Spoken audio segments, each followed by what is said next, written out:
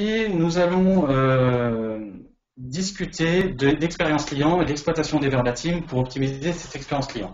Donc c'est un peu particulier. Aujourd'hui, je suis accompagné de Céline, qui est cliente UCPA, et qui va nous raconter un peu son expérience et qui, je crois, également des questions à nous poser. Alors, avant toute chose, avant de commencer, ce qu'il faut retenir, c'est que vous avez un panneau latéral à droite sur lequel vous pouvez poser vos questions. On va tenter d'y répondre au fur et à mesure, enfin on va y répondre au fur et à mesure, et si jamais, parce qu'on a trop de questions, votre question est oubliée, n'hésitez pas à la reposer pour qu'on y apporte une réponse. Donc Céline, je te passe la parole, je t'en prie. Donc voilà, je suis partie en vacances pour la première fois à l'UCPA à Val Thorens. Je voulais déjà savoir si tu connais l'UCPA. Oui, je connais un petit peu l'UCPA, mais j'aimerais bien que tu m'en dises plus. Donc c'est un organisateur de vacances en formule tout compris, où on pratique des activités sportives encadrées par un moniteur. Donc ils sont situés un peu partout en France, que ce soit à la neige, à la mer, et il y a également des centres à l'étranger. Donc le bon plan, c'est que c'est réservé aux jeunes, et du coup, c'est vraiment sans prise de tête. Alors, l'UCPA, ils existent depuis 50 ans et ils accueillent en général 120 000 jeunes par an. Ah, ça commence à faire. Donc, c'est pas mal.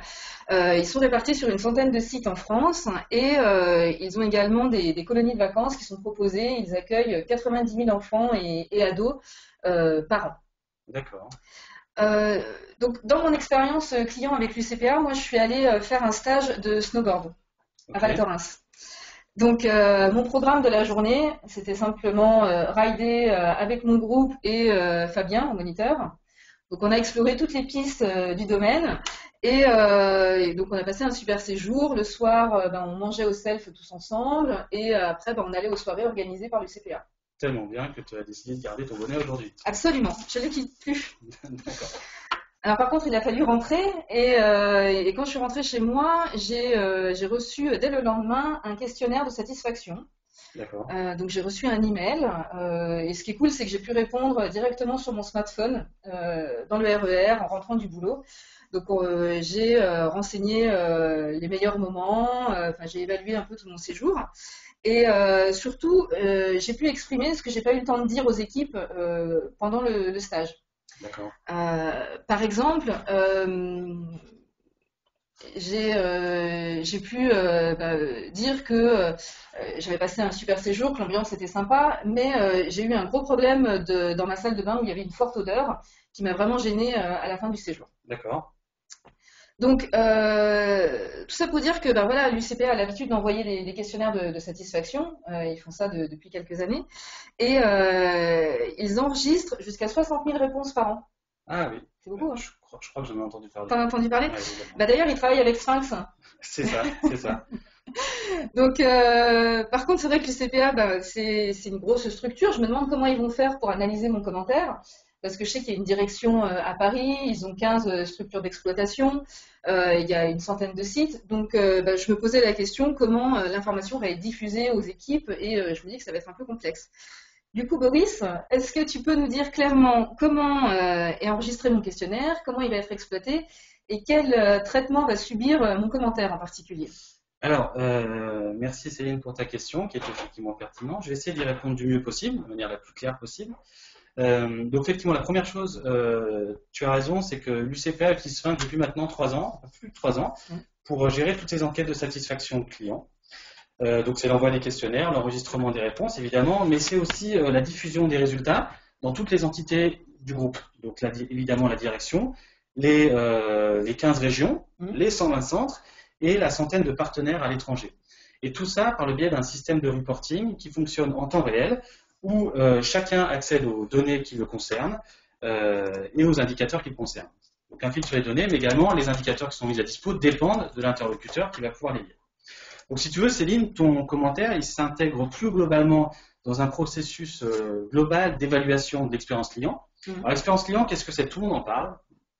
Moi, je vais donner une définition en me référant à la littérature. Donc, il y a dernièrement Daniel Ray de Grenoble École Management et William Sabadi de l'IAE de Lyon qui ont écrit un ouvrage sur le marketing relationnel et qui définissent l'expérience client de la manière suivante. C'est tout ce qu'un client fait, ressent, dit tout au long de ces, et raconte évidemment tout au long de ses interactions directes et indirectes avec une organisation ou une marque.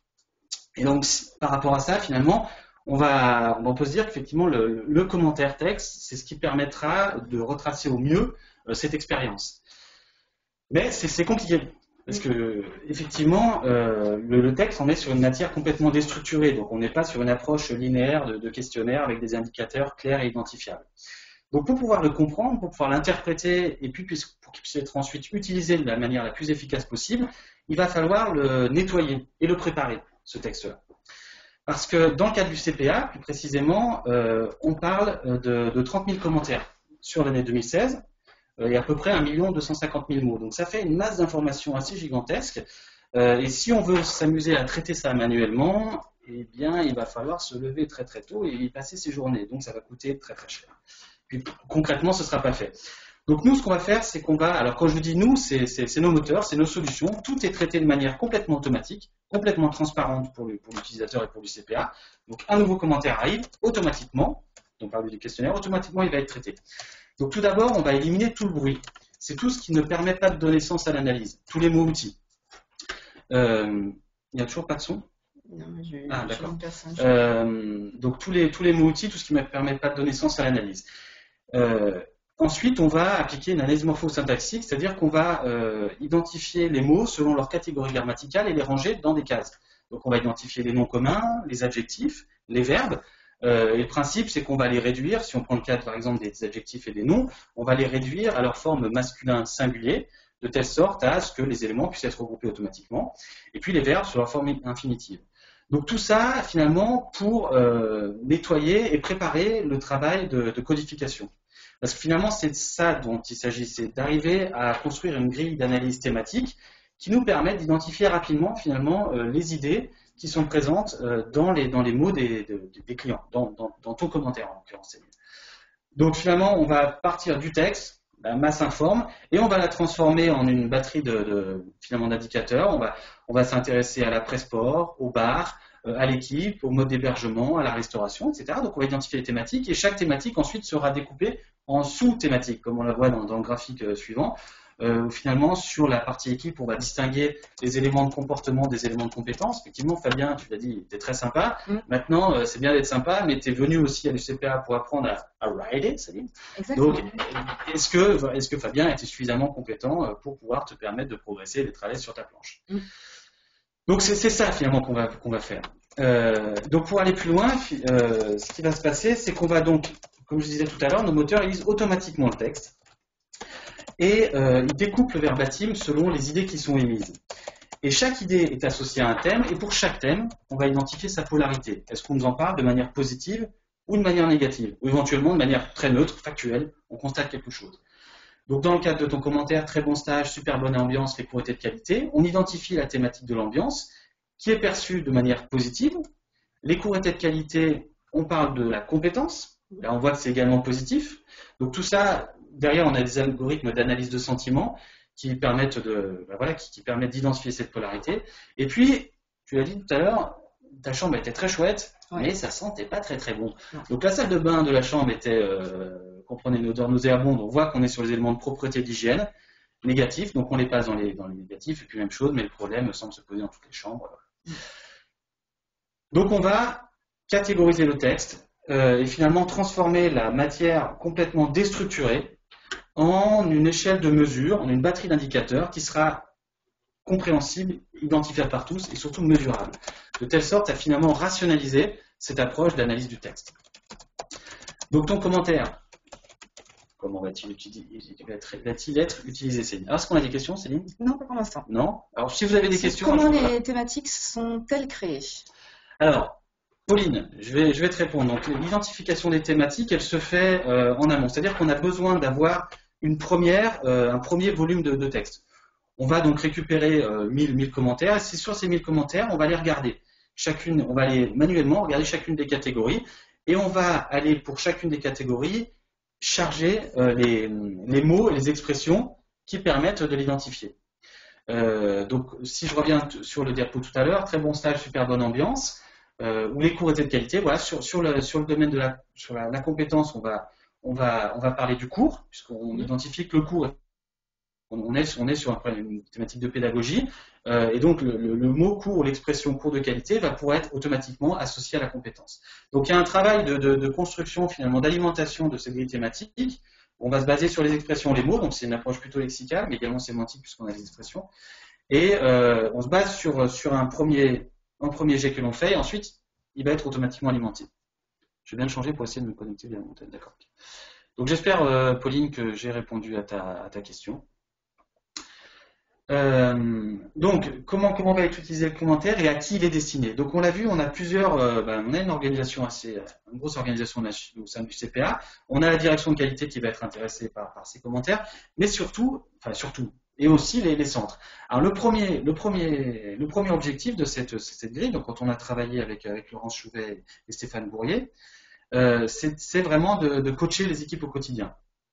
Donc, pour ça, on leur a mis en place donc une plateforme de reporting où ils vont pouvoir retrouver finalement l'ensemble des thèmes qui ont été identifiés et qui vont être organisés selon le parcours du client. C'est là où on parle de question, si tu réponds. Pour le problème se pose dans toutes les chambres, à quel moment ça va aller dans propreté? Parce qu'on a classé ce thème dans propreté. C'était simplement pour signaler qu'il y avait un problème de propreté dans toutes les chambres, je pense, c'est ça?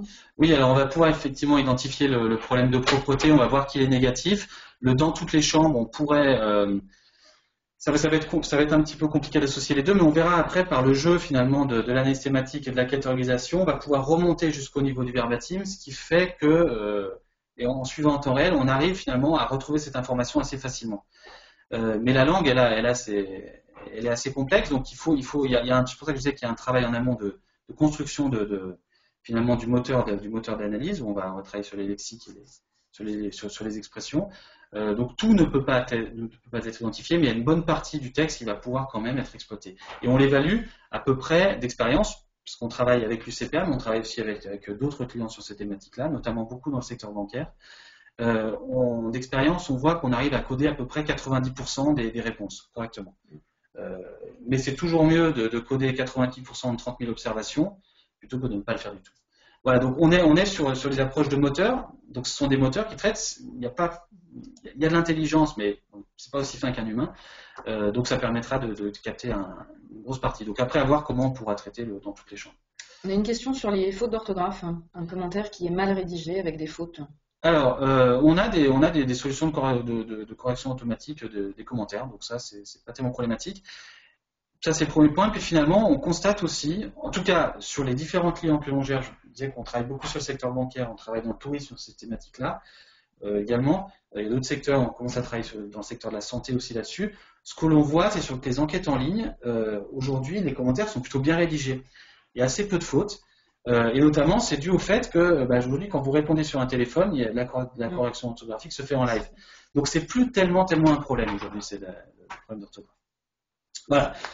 Donc, pour revenir à nos moutons, donc cette plateforme nous permet de coacher les équipes au quotidien, comme je vous expliquais. Donc, finalement, le directeur de centre, on va lui livrer un reporting sur lequel il va voir donc les différentes thématiques abordées, organisées selon le parcours client, qui va être alimenté en temps réel. À nouveau, on est sur un traitement automatique. Et il va pouvoir ensuite aller jouer avec ce reporting. Il va pouvoir s'intéresser, filtrer sur les périodes. Donc, il va vouloir regarder sur le premier trimestre 2016. Donc, les éléments vont être recalculés automatiquement.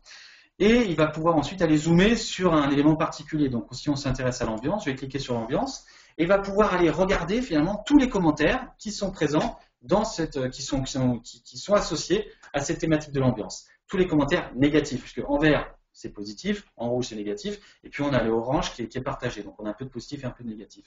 Donc il va pouvoir voir tous ces verbatims. Donc finalement, c'est particulièrement efficace pour les directeurs de centre, parce que ça leur permettra d'une part d'avoir une vision synthétique, du coup de pouvoir discuter avec les équipes de manière objective sur ces commentaires, mais d'aller ensuite illustrer finalement ce qui est constaté avec la matière originale, c'est-à-dire le verbatim.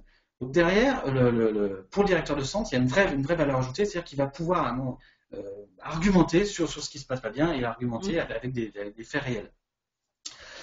Donc voilà, donc premier objectif de cette analyse de commentaires, c'est de pouvoir donner aux équipes dans les centres des solutions pour améliorer la qualité en continu. par le biais de cette catégorisation. Donc alors, juste oui. si tu veux répondre, on parle toujours des fautes. Enfin, Ouais. on dit que quand on saisit en automatique, on peut avoir un mot qui apparaît qui n'a rien à voir. Effectivement, on peut se retrouver par rapport à sur des. Voilà, j'étais dans ma chambre, j'ai discuté avec ma marmotte. Je voulais pas écrire marmotte, mais je voulais écrire maman. Ouais. Oui, ça, malheureusement, on va pas pouvoir. La marmotte restera une marmotte. Sauf si dans ton dictionnaire, tu as vu que marmotte était toujours associé à maman et tu dis que maman égale marmotte. On peut effectivement fonctionner comme ça, Céline. mais bon, il y a parfois, ouais, effectivement, s'il y a des non-sens, le non-sens c'est assez difficile à identifier. Mais à nouveau, aujourd'hui, ça reste marginal et dans la mesure où on travaille quand même sur des gros volumes, c'est lissé sur l'ensemble. Donc les erreurs sont vraiment minimisées. Donc, on va utiliser donc nos solutions pour coacher les équipes au quotidien, mais on va aussi donner de la matière à la direction, cette fois, qualité, direction, relation client, pour aller construire la stratégie à moyen long terme. Donc pour ça, on a développé une nouvelle matrice qui s'appelle Recommendation Impact Score, ou en français, on pourrait parler aussi de matrice d'impact thématique ou d'impact sur la fidélité. Donc cette matrice, elle a pour objectif finalement de donner à la direction qualité les informations nécessaires pour savoir comment améliorer la fidélisation, comment améliorer l'expérience et du coup la fidélité des clients, en leur présentant ce qui impacte le plus cette recommandation.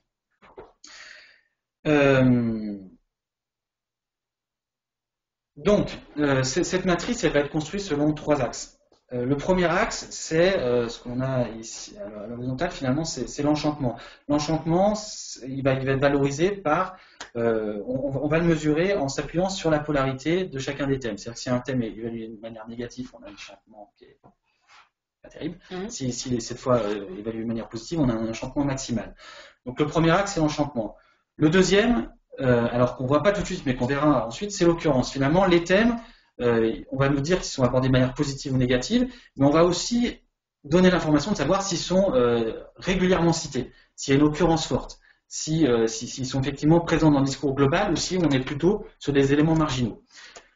Donc l'enchantement, l'occurrence, et le troisième, c'est l'impact. On va aller définir si finalement un thème, on parlait tout à l'heure de l'ambiance, est-ce que finalement la thématique de l'ambiance qui est abordée, je n'ai pas regardé précisément si c'est plutôt positif ou négatif, mais c'est plutôt bien perçu, l'ambiance à l'UCPA, est-ce que ce bien perçu, il a un effet direct sur la recommandation de la fidélité des clients?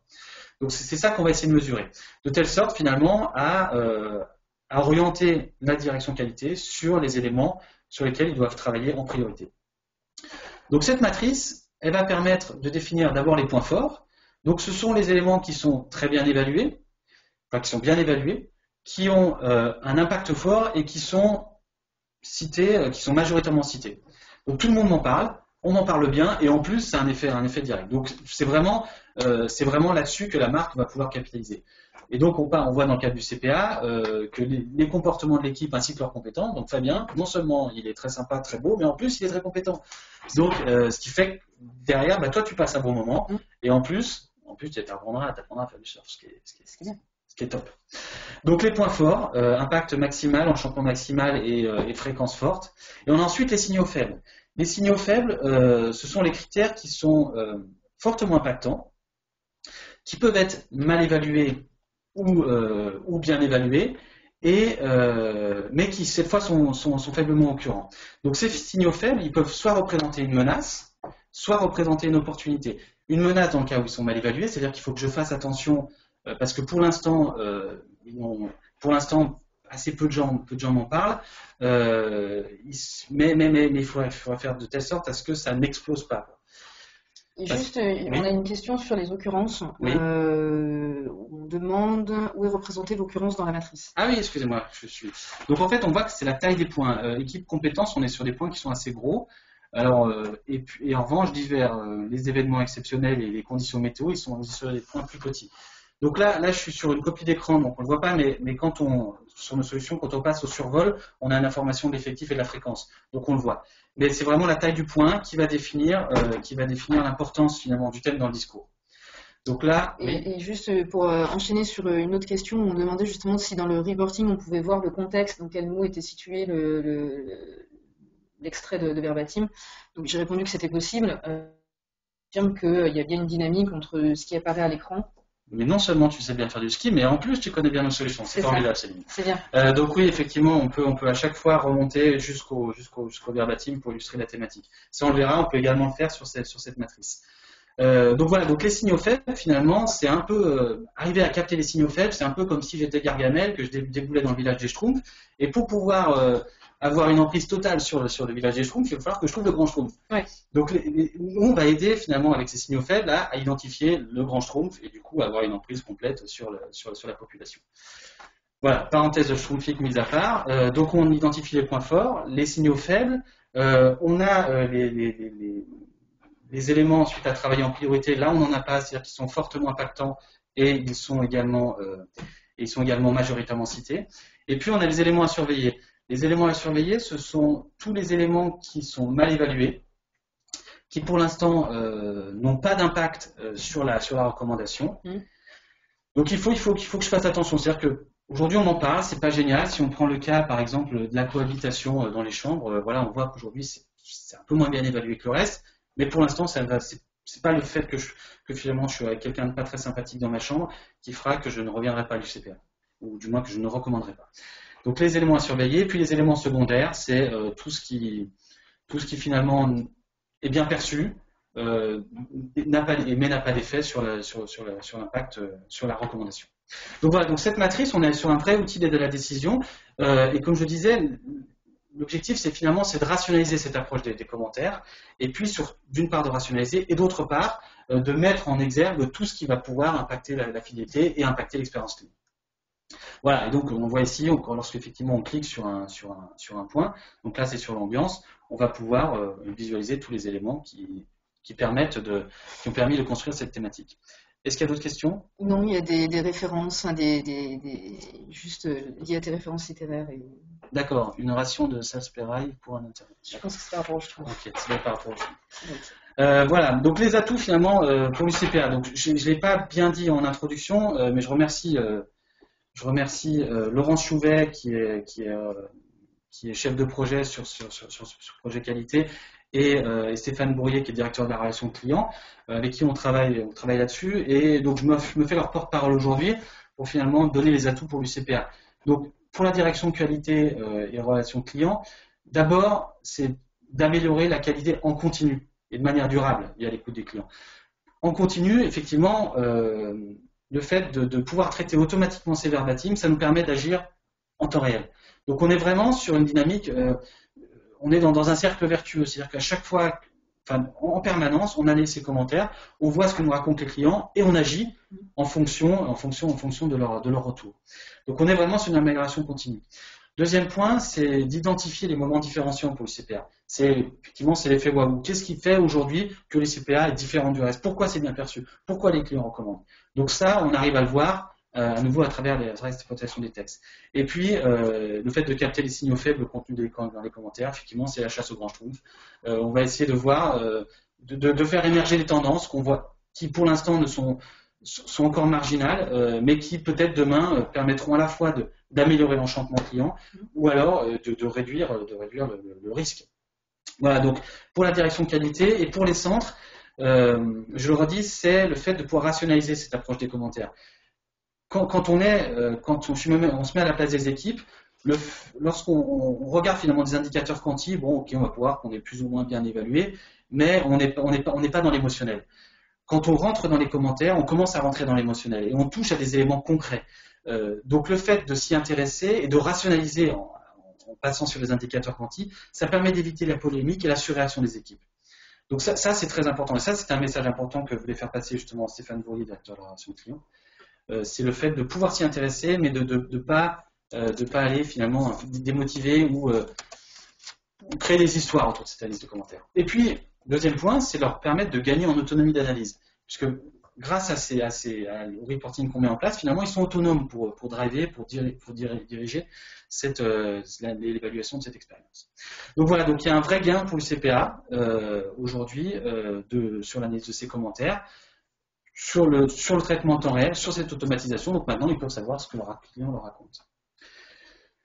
Voilà, donc je remercie à nouveau. Oui. Juste avant Oui. de conclure, si tu veux répondre également à une question sur ta matrice, on Oui. demande si elle est calculée avec la satisfaction globale ou le NPS. Alors en fait, on a fait le choix de calculer par rapport, alors pas au NPS, mais à l'indice de à la recommandation, parce que le NPS, finalement, c'est la différence entre les promoteurs, c'est le promoteur score, différence entre promoteurs et détracteurs. Là, donc nous, on a fait le choix de passer sur la question de recommandation qu'on traite comme une échelle, enfin, on va sortir la moyenne de recommandation. Donc on peut le faire, mais finalement on peut le faire avec la recommandation, on peut le faire avec la satisfaction, on peut le faire avec l'indicateur CVS, Customer Effort Score. Finalement on peut le faire avec n'importe quelle échelle, puisqu'on se base sur une corrélation entre la note des items, donc des thèmes qui sont abordés, enfin, la polarité des thèmes, et le score de satisfaction, recommandation. Nous, ce qui nous intéresse, c'est la fidélité. Donc on travaille sur l'indice de recommandation. Si on voulait travailler sur la satisfaction, on aurait la satisfaction. Mais c'est vraiment là ce qu'on veut savoir, c'est finalement c'est mesurer le ROI de cette opération, donc le retour sur investissement. Et le retour sur investissement, on le mesure notamment par la fidélité. Très bien. Voilà. Et bien, écoutez, c'est à peu près tout. Si vous avez des questions, nous sommes encore à votre écoute pendant quelques minutes. Autrement, écoutez, je vous remercie pour votre patience. Merci Céline d'avoir bien voulu venir parmi nous. Merci. Voilà, et puis merci évidemment à l'UCPA pour la confiance qu'il nous accorde et pour travailler encore avec nous sur ce projet. Voilà. Merci à tous. N'hésitez pas à utiliser le module de questions si vous avez encore besoin d'échanger avec nous. On va rester connectés quelques minutes et passez une bonne journée. Merci.